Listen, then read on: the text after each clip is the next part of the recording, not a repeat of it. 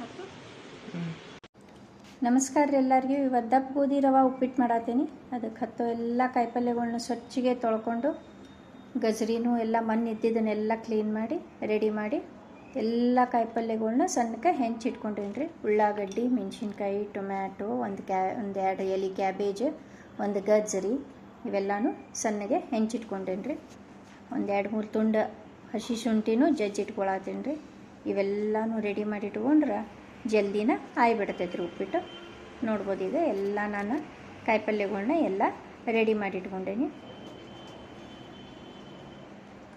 ಇನ್ನು ಈ ಕಡೆ ಒಂದು ಬೊಗೋನಿನಾಗ ಎಣ್ಣೆ ಕಾಯಕ್ಕಿಟ್ಟೇನಿ ರೀ. ಎಣ್ಣೆ ಕಾದ್ಮೇಲೆ ಅದಕ್ಕೆ ಸಾಸಿವೆ, ಜೀರಿಗೆ, ಒಂದು ಚಮಚದಷ್ಟು ಕಡಲೆಬೇಳೆ, ಅದ್ರ ಜೊತೆಗೆ ಒಂದು 2 ಚಮಚದಷ್ಟು ಉದ್ದಿನಬೇಳೆ ಇವೆಲ್ಲ ಹಾಕಿ ಚೆಂದಗೆ ಉದ್ದಿನಬೇಳೆ ಕಡಲೆಬೇಳೆ ಕೆಂಪಾಗೋ ಮಟ್ಟ ಹುರ್ಕೋಬೇಕ್ರಿ.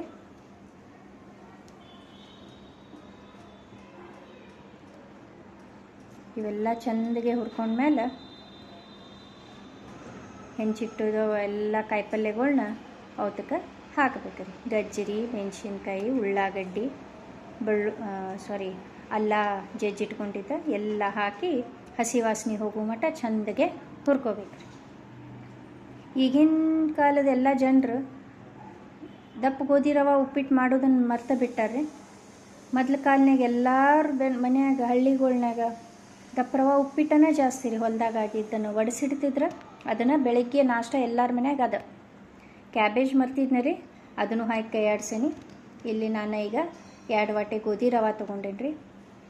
ಅದಕ್ಕೆ 1 ಗೋಧಿ ರವಾಕ್ಕೆ 3 ವಾಟೆ ನೀರು, 1 ವಾಟೆ ರವಾಕ್ಕೆ 3 ವಾಟೆ ನೀರು ಹಿಂಗೆ ತೊಗೊಂಡೇನಿ ರೀ. 2 ವಾಟೆ ಗೋಧಿ ರವಾಕ್ಕೆ 6 ವಾಟೆ ನೀರು ಹಾಕಿ ಅದಕ್ಕೊಂದು ಸ್ವಲ್ಪ ಸಕ್ಕರೆ, ಉಪ್ಪು ಹಾಕಿ ಕಲಸಿ ಬಾಯಿ ಮುಚ್ಚಿ ಕುದಿಯಕ್ಕೆ ಇಟ್ಬಿಡ್ತೇನೆ ರೀ.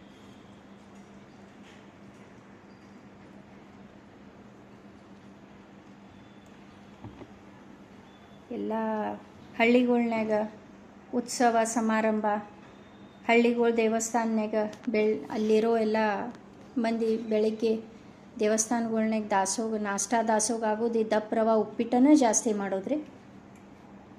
ಅದರದೊಂದು ದೇವಸ್ಥಾನನಾಗ ಮಾಡಿದ್ದು ಅದರದೊಂದು ಟೇಸ್ಟನೇ ಬ್ಯಾಡ್ರಿ ಈ ಉಪ್ಪಿಟ್ಟದು.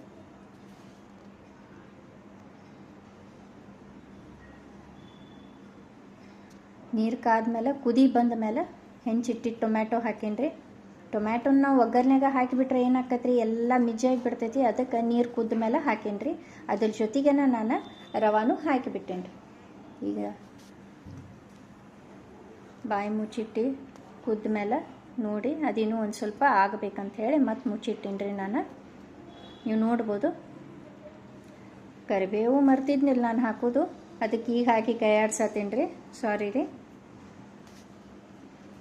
ಚೆಂದಗೆ ರವೆ ಕುದಿಬೇಕಂಥೇಳಿ ಇನ್ನೊಂದು 2 ಸಲ ಕೈಯಾಡಿಸಿ ಹಂಗೆ ಮುಚ್ಚಿಟ್ಟು ಬಿಡುತ್ತೇನೆ ರೀ. ರವೆ ದಪ್ಪಿದ್ದಕ್ಕೆ ಒಂದು ಸ್ವಲ್ಪ ಉಮ್ಗೊಳಾಕ ಅದಕ್ಕೆ ಟೈಮ್ ಹತ್ತೈತ್ರಿ. ಅದಕ್ಕೆ ಆಗಾಗ ಒಂದು ಸ್ವಲ್ಪ ಬಾಯಿ ತೆಗೆದು ಕೈಯಾಡಿಸಿ ಅದು ತಳ ಹತ್ತಬಾರ್ದಂಗೆ ನೋಡ್ಕೊಂಡು ಕೈಯಾಡಿಸಿ ಬಾಯಿ ಮುಚ್ಚಿಡ್ಬೇಕು. ಈಗ ನೀವು ನೋಡ್ಬೋದು ಚಂದ ಅಳ್ಳಿ ಬಂದೈತ್ರಿ ರವೆ ಎಷ್ಟು. ಇದಕ್ಕೆ ಸ್ವಲ್ಪ ಕೊತ್ತಂಬರಿ ಮತ್ತೊಂದು 2 ಚಮಚದಷ್ಟು ತುಪ್ಪ ಹಾಕಿ ಕೈಯಾಡಿಸಿಟ್ಟು ಮ್ಯಾಲೆ ಹಾಕಿ ತುಪ್ಪದ ರುಚಿನ ಬೇರೆ ರೀ. ಒಗ್ಗರ್ನಾಗೂ ನೀವು ಹಾಕ್ಬೋದು, ಅದರ ಮ್ಯಾಲೆ ಹಾಕಿನೂ ಕಲಿಸಿ ಅದನ್ನು ಬಾಯಿ ಮುಚ್ಚಿ ಇಟ್ಟರೆ ಆ ಉಪ್ಪಿಟ್ಟುದ ಟೇಸ್ಟ್ ಬೇರೆನೇ ಆಕತ್ತೆ. ನೀವು ಯಾವ ಉಪ್ಪಿಟ್ಟಕ್ಕೂ ಹಾಕ್ಬೋದು, ದಪ್ಪ ರವೆ ಹಾಕ್ಬೋದು, ಸಣ್ಣ ರವೆ ಹಾಕ್ಬೋದು. ಯಾವ ಉಪ್ಪಿಟ್ಟಕ್ಕೂ ಮ್ಯಾಲೆ 2 ಚಮಚ ತುಪ್ಪ ಹಾಕಿ ಕಲಸಿದ್ರೆ ಟೇಸ್ಟೇ ಬೇರೆ ಬರ್ತೈತೆ ರೀ. ರುಚಿ ಅಂದ್ರೆ ರುಚಿ. ನೋಡ್ಬೋದು ಈಗ ನೀವು ನಮ್ಮದು ಉಪ್ಪಿಟ್ಟು ರೆಡಿ ಆಗಿಬಿಟ್ಟೈತಿ. ಈಗ ಗ್ಯಾಸ್ ಆಫ್ ಮಾಡಿ ಒಂದು ಅರ್ಧ ಲಿಂಬೆಹಣ್ಣು ಹಿಂಡಿ ಆ ರಸ ಹಾಕಿ ಕೈಯಾಡಿಸ್ಬಿಟ್ರೆ ನಮ್ಮ ಉಪ್ಪಿಟ್ಟು ರೆಡಿ. ಹಳ್ಳಿ ಕಾಳುಗಳು ಅಜ್ಜಾರು ಹೇಳ್ತಿದ್ರಲ್ಲ, ಮುಂಜಾನೆ ಎದ್ದು ಚಹಾ ಜೊತೆಗೆ ಉಪ್ಪಿಟ್ಟು ತಿಂದ್ರೆ ಫುಲ್ ಹೊಟ್ಟೆ ತುಂಬಿ ಬಿಡ್ತೈತೆ ಅಂಥೇಳಿ. ಈಗ ಇದನ್ನು ಸರ್ವ್ ಮಾಡಾಕ್ರಿ ನಾನು ಅದ್ರ ಜೊತೆಗೆ ಕೊಬ್ಬರಿ ತುರ್ಕೊಳತ್ತೀನಿ ರೀ. ಉಪ್ಪಿಟ್ಟು ಜೊತೆಗೆ ಮ್ಯಾಲೆ ಹಾಕಕ್ಕಂಥೇಳಿ ಉಪ್ಪಿಟ್ಟು ಜೊತೆಗೆ ಚುನ್ಮರಿ, ಪುಟಾಣಿ ಚಟ್ನಿ, ಮಾವಿನ ಉಪ್ಪಿನಕಾಯಿ, ಹಸಿ ಕೊಬ್ಬರಿ ಎಲ್ಲ ಹಾಕ್ಕೊಂಡು ತಿಂದ್ರೆ ಭಾರಿ ರುಚಿ ರೀ. ಎಲ್ಲ ಕೊಬ್ಬರಿ ತುರ್ಕೊಂಡಾದ್ಮೇಲೆ ಒಂದು ಬೌಲಿಗೆ ನಾನು ತುಪ್ಪ ಹಾಕಿ ಅದನ್ನೆಲ್ಲ ಕಡೆ ಸವರಿ ಆ ಪೌಲ್ದ ಕೆಳಕ್ಕೆ ಒಂದು ಸ್ವಲ್ಪ ಕೊಬ್ಬರಿ ಹಾಕೀನಿ.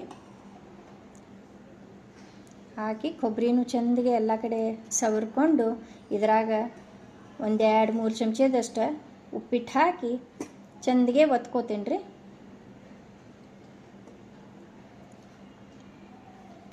ನೋಡ್ಬೋದು ನೀವು ಹಿಂಗೆ ಚೆಂದಿಗೆ ಹಾಕಿ ಒಂದು ಪ್ಲೇಟ್ಗೆ ಬಡದು ಬಿಟ್ರೆ ನಮ್ಮ ಉಪ್ಪಿಟ್ಟು ರೆಡಿ. ತಿನ್ಬೋದು ನೀವು. ಅದನ್ನು ನಾನು ಚುನ್ಮರಿ ಪುಟಾಣಿ ಚಟ್ನಿ ಜೊತೆಗೆ ಸರ್ವ್ ಮಾಡೀನಿ.